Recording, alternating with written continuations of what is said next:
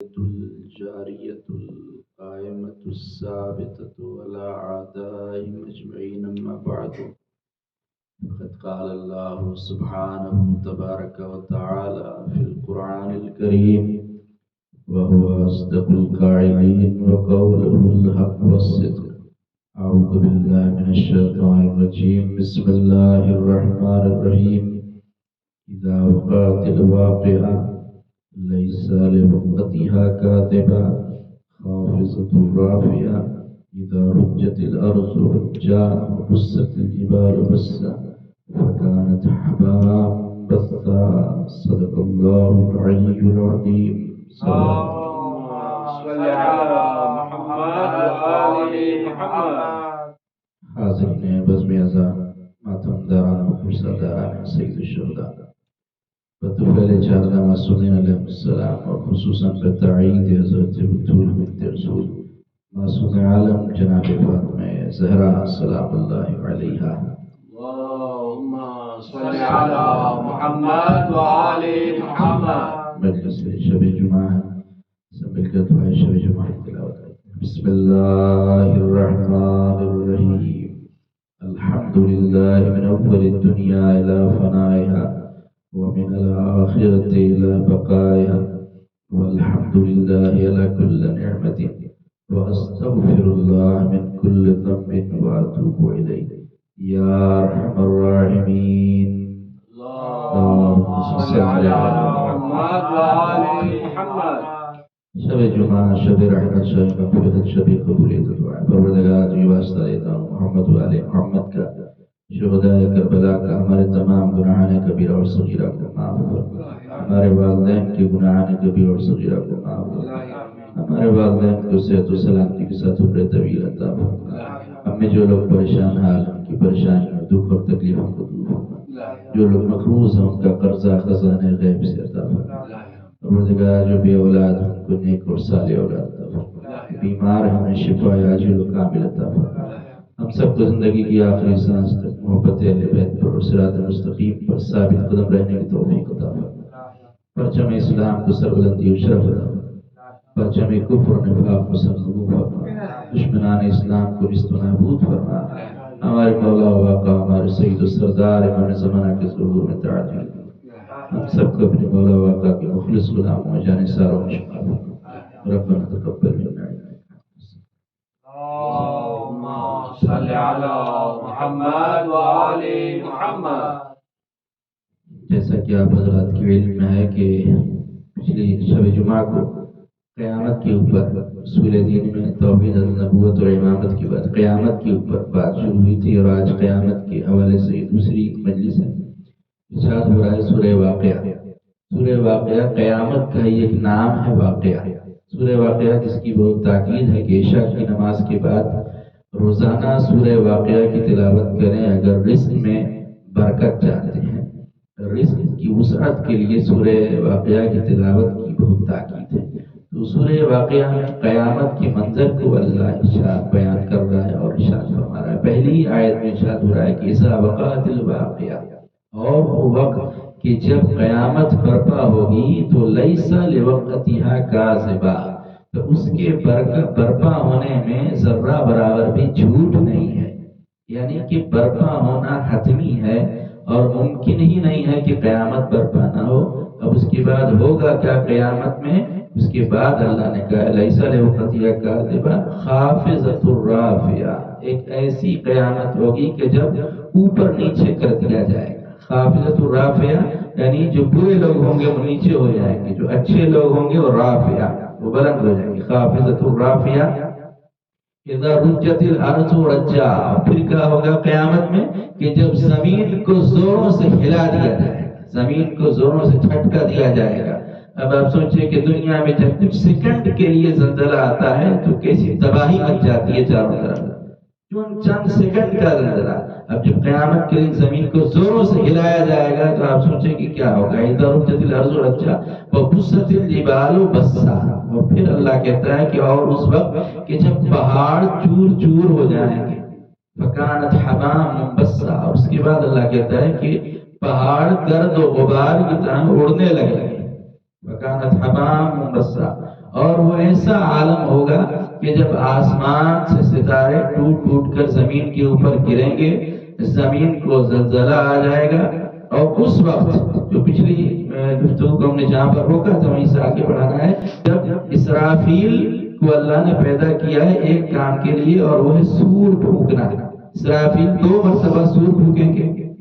پہلی مرتبہ جب سور پھونکیں گے تو عالم فنا ہوگا، یعنی سب کے سب لوگ مر جائیں گے، جہاں جو جس جگہ پر ہوگا وہیں پر اسے موت آ جائے گی، اور اس کے بعد عالم فنا شروع ہوگا 40 سال تک یا 400 سال تک، 2 روایتیں ہیں۔ اس کے بعد دوبارہ جب سور پھونکیں گے اسرافیل تو پھر سے سب کے سب لوگ، جتنے بھی لوگ ہوں گے دنیا میں، وہ سب کے سب لوگ زندہ ہو جائیں گے، اور زندہ ہو کر کے اس کے بعد سب کے سب میدان قیامت کی طرف بڑھیں گے، اور جب میدان قیامت کی طرف بڑھیں گے تو یہیں سے مجلس کا آغاز ہے کہ چوتھے امام زین العابدین علیہ السلام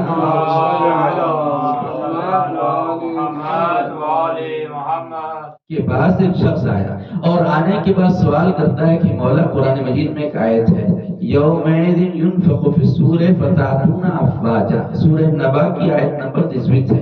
اس میں اللہ کہہ رہا ہے کہ اس دن کہ جب قیامت کا دن ہوگا کہ جب لوگ گروہ در گروہ قیامت کے میدان میں آئیں گے، یعنی گروپس کی شکل میں میدان قیامت میں آئیں گے۔ تو اب گروہ کا مطلب کیا ہے، گروپ کا مطلب کیا ہے؟ کیا گروہ کا مطلب یہ ہے کہ شہروں کے اعتبار سے گروپ ہوگا؟ یہ سب سے پہلے جیسے کہ گوما کے لوگ ہیں، لمباشی ہے، کنساسا ہے، کراچی ہے، ممبئی ہے یا لکھنؤ ہے، شہروں کے اعتبار سے آئیں گے؟ نہیں، شہروں کے اعتبار سے کہ ایک ایک شہر کے لوگوں کو میدان قیامت میں لایا جائے گا، ایسا نہیں ہے۔ تو کیا زبانوں کے اعتبار سے کہ گجراتی بولنے والے لوگ آئیں گے، انگلش بولنے والے، فرینچ بولنے والے، اردو؟ نہیں، ایسا بھی نہیں ہے، بلکہ یہ جو گروپ بنے گا یہ انسان کے اعمال کی بنا پر ہوگا۔ اس میں ممکن ہے کہ ایک ہی گروہ ہو، ایک گروپ میں بہت سارے شہروں کے لوگ، بہت ساری زبانوں کو بولنے والے لوگ جمع ہو گئے ہیں۔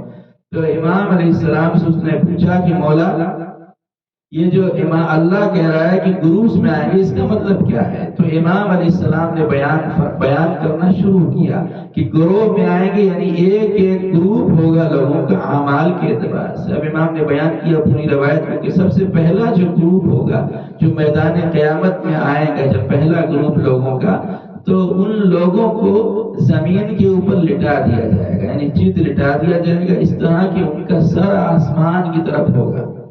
تو آپ سوچ رہے ہوں گے کہ یہ کیسے لوگ ہیں کہ جن کو VIP پروٹوکول دیا جا رہا ہے؟ ایسے تو سب لوگ قیامت کے میدان میں کھڑے ہوں گے، کھڑے ہو کر کے انتظار کریں گے، لیکن یہاں پر ان لوگ، یہ کون لوگ ہیں جن کو زمین پر آرام سے لٹا دیا جائے گا؟ VIP لوگ ہیں؟ نہیں، VIP لوگ نہیں ہیں، بلکہ یہ وہ گناہگار ہیں جن کو سزا دینے کے لیے لٹایا جائے گا۔ جب وہ زمین کے اوپر لیٹ جائیں گے تو ہر ایک شخص کے پاس ایک فرشتہ کھڑا ہوگا اور اس کے ہاتھ میں ایک پہاڑ ہوگا، اور وہ پہاڑ کو لے کر اس آدمی کے سر پہ مار دے گا۔ اب آپ تصور کیجئے کہ کیا حالت ہوگی۔ دنیا میں کوئی ایک پتھر سر پہ مار دیتا ہے تو سر سے خون بہنے لگتا ہے، آدمی کو فوراً فرسٹ ایڈ کی ضرورت پڑتی ہے کہ فوراً علاج و معالجہ کرے۔ اب سوچئے کہ حالت کیا ہوگی جب پورا پہاڑ لے کے سر پہ مار دیا جائے، تو ظاہر سی بات ہے کہ سر جو ہے چور چور ہو جائے گا، اور آدمی کے سر سے خون کا فوارہ جاری ہو جائے گا، ہڈیاں ٹوٹ جائیں گی، اور مغز جو ہے وہ نکل کے باہر آ جائے گا۔ اس طرح، اور یہ کب تک ہوتا رہے گا؟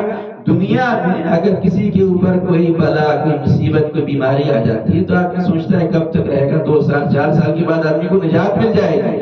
لیکن قیامت میں جو عذاب دیا جا رہا ہے قیامت کے دن، تو قرآن کہتا ہے کانا مقدارہ 50,000 سنہ، قیامت کا ایک دن 50,000 سال کے برابر ہوگا، یعنی اب 50,000 سال تک یہی کام کیا جاتا رہے گا۔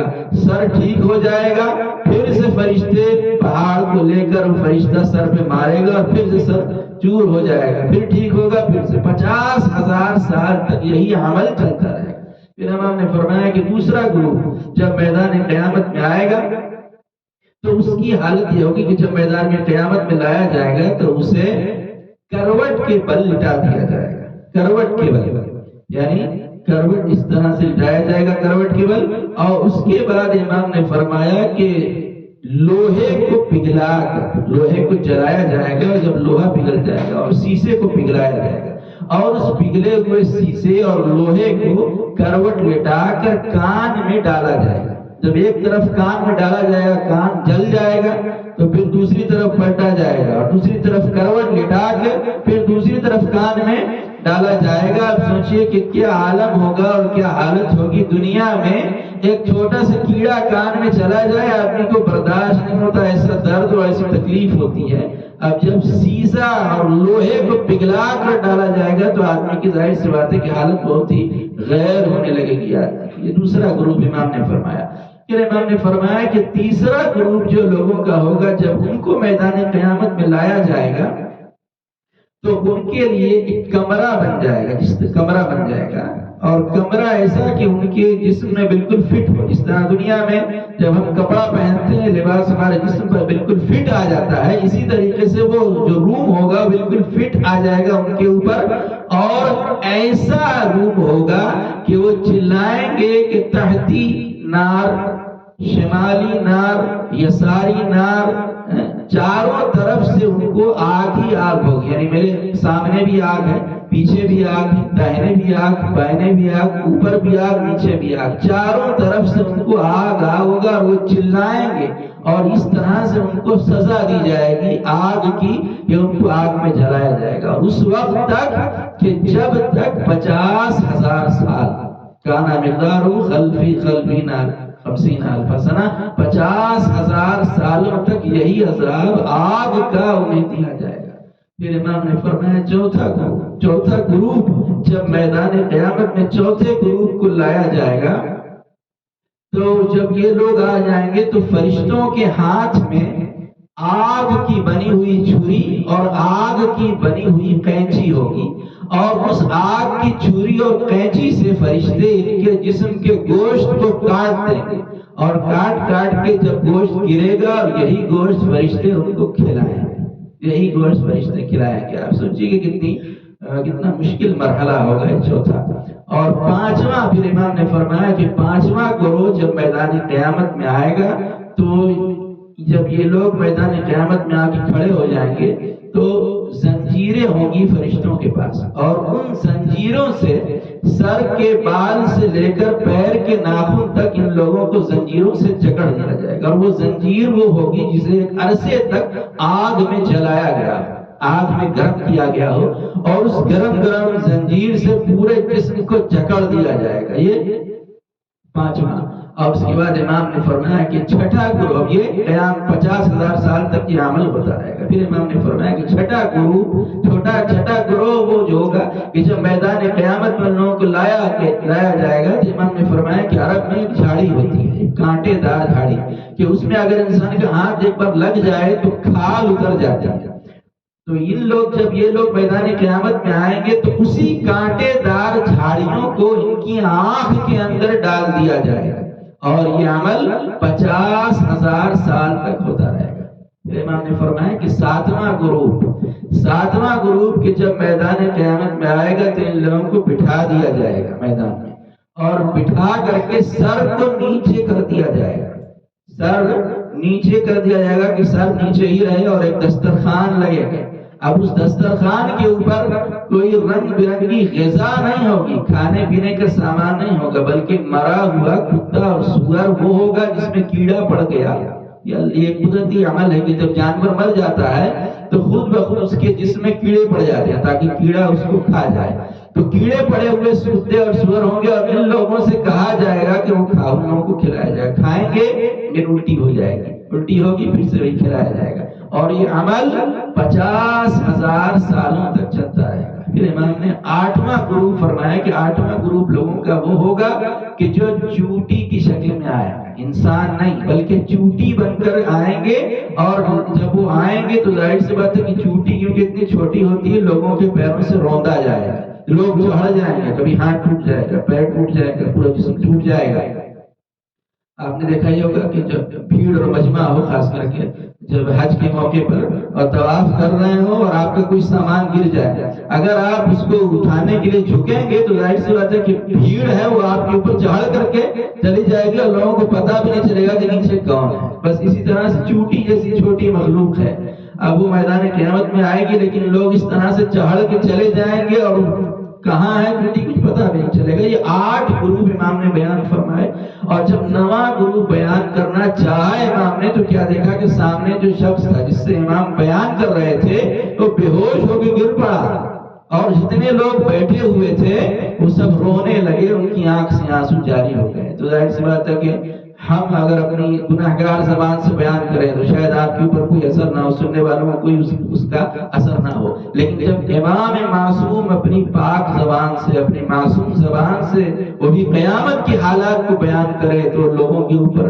سکتہ طاری ہو گیا، سب رونے لگے، گڑگڑانے لگے، اور وہ شخص بے ہوش ہو کے گر پڑا جسے امام بیان کر رہے تھے۔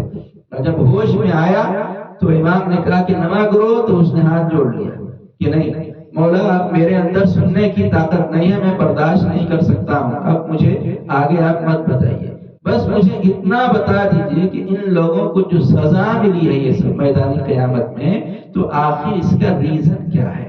انہوں نے کیا گناہ کیا کہ جس کی وجہ سے انہیں یہ سخت سزائیں دی جا رہی ہیں؟ ان کا گناہ کیا تھا اور انہوں نے کیا خطا کی؟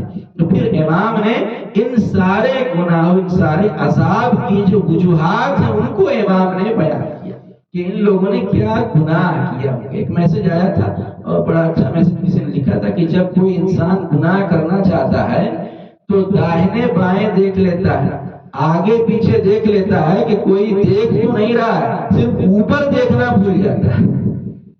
آدمی اوپر دیکھنا بھول جاتا ہے کوئی گناہ کرتے ہوئے کہ وہ خدا بھی تو دیکھ رہا ہے۔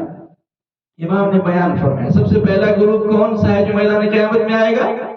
سب سے پہلا گروپ ہو کہ جب آئے گا تو چت لٹا دیا جائے گا اور چہرہ آسمان کی طرف ہوگا اور فرشتے پہاڑ لے کر ان کے سر پر مار دیں گے۔ امام نے فرمایا یہ وہ لوگ ہیں کہ جو بے نمازی ہوں گے، جو تارک الصلاۃ ہوں گے، جو نماز نہیں پڑھتے ہوں گے، فجر کے وقت سوتے رہتے ہوں گے تکیے کے اوپر، تو سر تکیے پر رکھ کے سو رہے، آرام کر رہے تھے، تو فرشتہ پہاڑ لے کے سر پہ ہی مارے گا، فرشتہ سر پہ ہی مارے گا اور کہے گا کہ فجر کی نماز اللہ نے واجب کی تھی لیکن بڑے آرام سے سوتے رہے، نماز نہیں پڑھا۔ شوق کلام لے گیا موسیٰ کو طور پر، شوق کلام لے گیا موسیٰ کو طور پر، میں کتنا بد نصیب ہوں مسجد نہ جا سکتا۔ حضرت موسیٰ طور تک چلے گئے پہاڑ کے اوپر خدا سے بات کرنے، لیکن ہم کتنے بد نصیب ہیں کہ مسجد تک نہ آ سکے۔ تو پہاڑ اس لیے مارا جا رہا ہے کیونکہ یہ تارک الصلاۃ ہیں، نماز نہیں پڑھا کرتے تھے، نماز کو ترک کر دیا کرتے تھے۔ دوسرا گروپ امام نے بیان فرمائے لوگ کہ جن کو الٹا کروٹ لٹایا جائے گا اور کان میں لوہا پگھلا کر ڈالا جائے گا۔ امام نے فرمایا کہ یہ وہ لوگ ہیں کہ دنیا میں گانا سنتے تھے، میوزک سنتے تھے، موسیقی کو پسند کرتے تھے، تو کیونکہ میوزک کان سے سنا کرتے تھے لہذا کان کے اوپر اللہ کی طرف سے عذاب ہوگا۔ یہ دوسرا گروپ۔ تیسرا گروپ کون سا ہے؟ تیسرا گروپ وہ کہ جو لوگ آئیں گے اور ایک کمرہ سا بن جائے گا اور چاروں طرف آگ آگ آگ ہوگی۔ تو امام نے فرمایا کہ یہ وہ عورتیں ہیں کہ جو نامحرم سے پردہ نہیں کرتی تھی، پردہ نہیں کرتی تھی، بے حجاب رہتی تھی، اور ظاہر سی بات ہے کہ اس میں میک اپ بھی آ گیا کہ میک اپ، کیونکہ جب کوئی عورت میک اپ کرے تو نامحرم سے چھپانا ضروری ہے، تو یہ میک اپ کر کے ایسے نکل جایا کرتی تھی اور اسی وجہ سے ان کو آگ میں جلایا جا رہا ہے۔ تو صرف اس میں عورتیں ہی نہیں ہیں بلکہ اس میں مرد بھی شامل ہیں۔ امام نے فرمایا کہ وہ مرد جن کی عورتیں پردہ نہیں کرتی لیکن وہ ان کو کہتے نہیں ہیں کہ پردہ کرو، یعنی پردے بے پردگی سے راضی رہتے ہیں، خوش رہتے ہیں۔ تو ظاہر سی بات ہے کہ عورت کا اختیار مرد کے ہاتھ میں ہے، اگر مرد چاہے تو پردے دار رکھ سکتا ہے اپنی بیوی کو، اس لیے پیغمبر اسلام نے لعنت کی اس شخص کے اوپر جو بے غیرت ہے کہ اس کی بیوی جو بھی کرے لیکن وہ کچھ نہیں کہتا، تو اس کو پیغمبر اسلام نے دیوس کہا، اس کے اوپر لعنت کی کہ وہ اپنی بیوی کو پردہ نہیں کراتا۔ یہ کتنے گروہ ہو گئے؟ تیسرا گروہ۔ تیسرا گروہ کہ جن کو آگ میں جلایا جا رہا ہے، اس میں مردیں اور عورتیں، مرد اور عورتیں دونوں شامل ہوں گے۔ چوتھا گروپ ان لوگوں کا کہ جب میدان قیامت میں آئیں گے تو ان کے جسموں کو آگ کی چھری اور آگ کی قینچی سے فرشتے کاٹیں گے اور ان کے گوشت کو کھلائیں گے۔ یہ کون لوگ ہیں؟ امام نے فرمایا کہ وہ لوگ ہیں جو غیبت کرنے والے ہیں، جو لوگوں پر تہمت لگانے والے ہیں، جو دوسروں کی پیٹھ پیچھے برائیاں کرنے والے ہیں۔ دنیا میں یہ غیبتیں کرتے تھے تو اس کے انجام میں اور اس کے بھگتان کے طور پر ان کے جسم کو آگ کے بنے ہوئے قینچی اور چھری سے کاٹا جائے گا۔ چوتھے پانچواں گروپ امام نے فرمایا کہ پانچواں گروپ یہ کون لوگوں کا تھا کہ جن لوگوں کو زنجیر سے جکڑ دیا جائے گا، سر سے لے کر پیر تک لوہے آگ کی بنی لوہے کی زنجیر جو آگ میں جلائی گئی ہو۔ یہ کون لوگ ہیں؟ امام نے فرمایا کہ یہ وہ لوگ ہیں جو نشہ کرتے تھے، شراب کا نشہ، افیم، چرس، گانجا، ڈرگس لیا کرتے تھے، یہ وہ لوگ ہیں۔ تو ان کو یہ سزا دی جائے گی، یہ 50,000 سال تک۔ کیوں یہ ساری سزائیں کیوں دی جا رہی ہیں؟ کیونکہ ان سارے گناہ کر کے انسان نجس ہو گیا ہے، انسان کثیف ہو گیا، تو جنت ہے پاک لوگوں کی، تو پہلے پاک ہو جائیں گے پھر جنت میں جائیں گے۔ یہ پانچواں۔ چھٹے امام نے فرمایا کہ یہ وہ لوگ کہ جن کے آنکھوں میں کانٹے دار جھاڑیاں ڈالی جائیں گی۔ یہ کون لوگ ہوں گے؟ امام نے فرمایا یہ وہ لوگ جو نامحرم کی طرف دیکھا کرتے تھے، لذت کی نظر سے نامحرم کی طرف دیکھا کرتے تھے، تو آنکھ سے دیکھتے تھے، لہذا آنکھ میں کانٹی دار جھاڑی ڈالی جائے گی۔ اسی لیے امام جعفر صادق علیہ السلام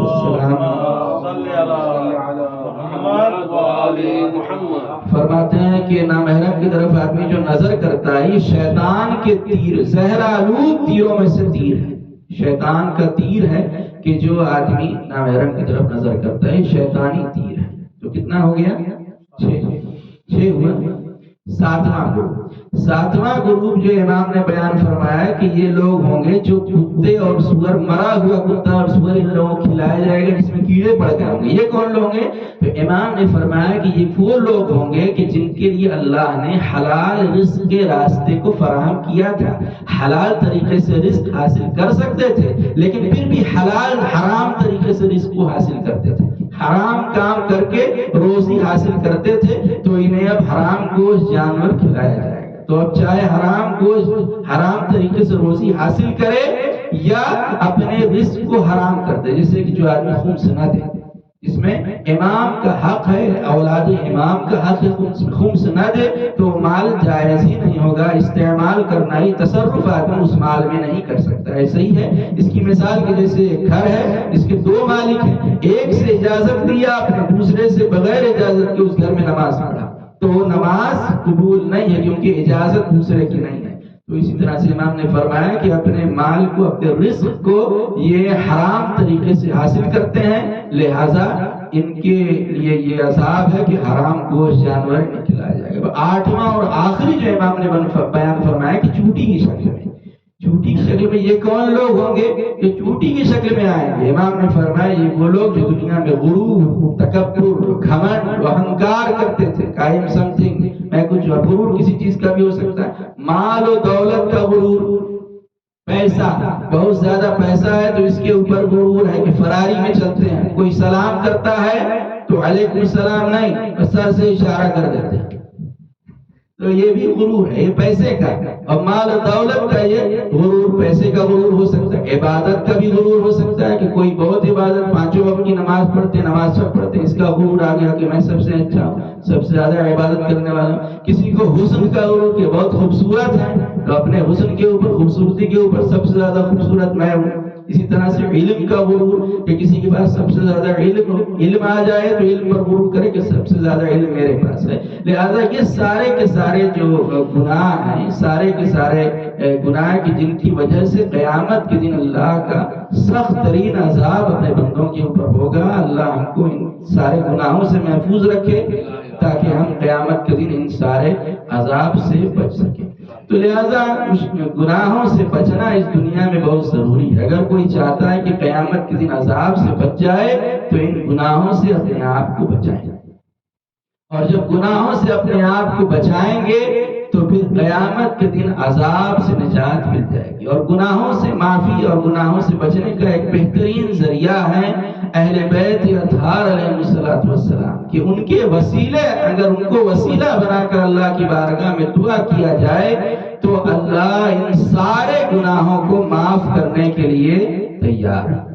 لوگ مشکل میں زمانے کی طرف دیکھتے ہیں، لوگ مشکل میں زمانے کی طرف دیکھتے ہیں، ہم محمد کے گھرانے کی طرف دیکھتے ہیں. تو جب اگر کوئی گناہ ہو گیا، اگر کوئی خطا ہو گئی تو در اہل بیت پر آ جائیں. جس طریقے سے آپ نے دیکھا حر جیسا خطا کار کتنا بڑا گناہ گار تھا، بہت بڑا گناہ تھا کہ امام وقت کے لجام فرس میں ہاتھ ڈالا. اور جتنے پیاسے ہیں امام حسین کے خیمے میں یہ حر کی وجہ سے ہی ہیں.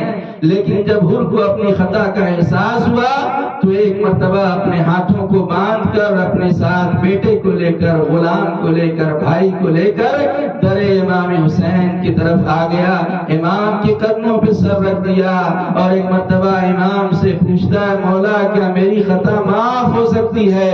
امام نے حر کو گلے سے لگا لیا اور کہا اے حر میں نے بھی معاف کیا، میرے خدا نے بھی معاف کیا. بس یہ کہہ کر مولا حر کو لے کر خیمے کے اندر گئے ہیں. لیکن جب خیمے میں گئے تو عجب منظر تھا، چھوٹے چھوٹے بچوں کی العطش کی آوازیں آ رہی تھی. حر نے کہا مولا یہ جو چھوٹے چھوٹے بچے آج پیاسے ہیں ان کا ذمہ دار میں ہوں، میں خطاوار ہوں، میں گناہگار ہوں. اے مولا مجھے جلدی اجازت دیجئے کہ میں اپنی جان کو آپ پر قربان کر دوں. بس سب سے پہلے حر کا بیٹا آگے بڑھا اور مقتل کی طرف بڑھا. جب میدان میں گیا ہے بہادری کے ساتھ جنگ کیا اور ایک مرتبہ جب پشت فرس سے زمین پر آیا حر کو آواز دی. حر کمر کو تھامے ہوئے کڑیل جوان بیٹے کی لاش کی طرف بڑھا. لیکن جب مقتل میں لاش پہ سر پر پہنچا تو کیا دیکھا؟ حر سے پہلے مظلوم کربلا لاش پر پہنچے ہیں. حر کے بیٹے کے لاش کا حر کے بیٹے کے سر کو اپنے زانوں پر رکھا. مولا نے حر کو دیکھا کہا اے حر تم کیوں آ گئے؟ تم نے کیوں تکلیف کی ہے؟ حر بوڑھے باپ کو جوان بیٹے کی لاش پر نہیں آنا چاہیے. میں کہوں گا اے مولا آپ حر سے کہہ رہے ہیں کہ جوان کی لاشیں پر نہ آؤ، لیکن اس وقت کیا ہوگا جب کڑیل جوان علی اکبر پشت فرس سے زمین پر آئے گا؟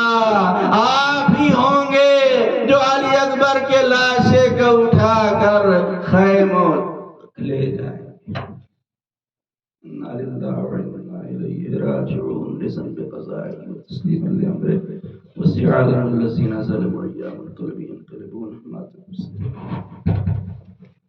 یا حسین یا حسین یا حسین یا حسین